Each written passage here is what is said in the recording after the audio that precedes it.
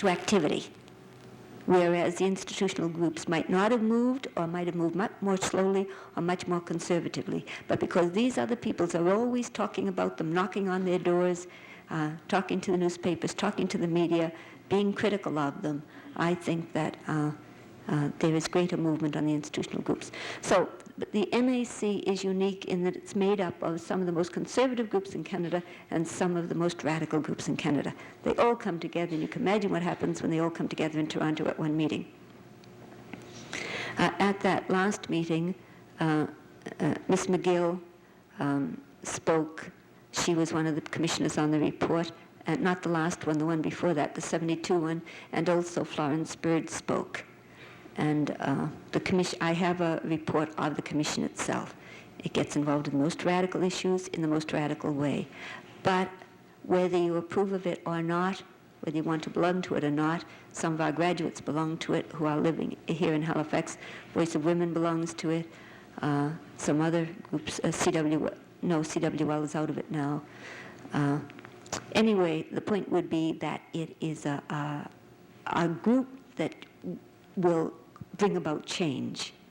Now, as I said, they will have a lot of opposition. But perhaps the key thing they do, I don't know how articulate I am being about trying to express this to you. I think the key thing they do is make the institutional groups change. In other words, they themselves may not be able to bring about their own change because there are too many people who are opposed to them and won't listen to them. But the kind of raising of consciousness they do and the kind of changing they do so affects the other groups and the general population that the other groups, which might have looked radical, look conservative by comparison. So things get passed by the general population because the NAC, which seems sensible, which without the NAC would have seemed radical. Does that make sense to you? Kind of thing I'm saying.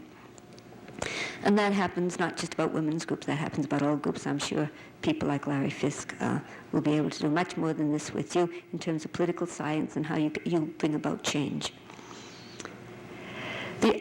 So that's the National Action Committee and the Laura Sabi report.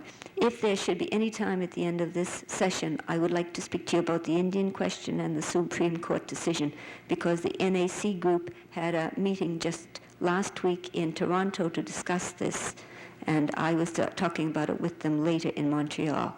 And I think you should be aware of this particular action because it's an immediate, important thing for all of us. Now, in addition to the National Action Group, there's a group which is the Women in the University. It's actually a very loose organization. It doesn't belong to any particular group.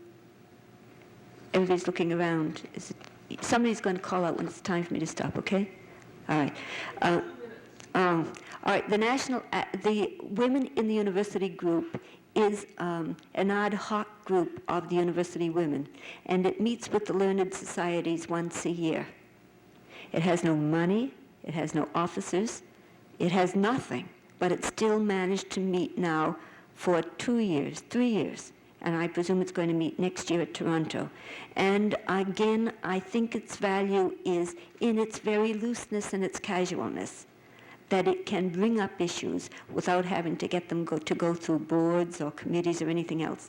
They can just talk from where they are and then come up with conclusions and bring that into their university committees. So like the NAC, and yet a little bit different, this Committee on University Women, which meets with the learned societies, I think has its own value. Again, we don't always see alike, but that doesn't mean that I don't think it has its own particular value. Two other committees I'm going to talk about.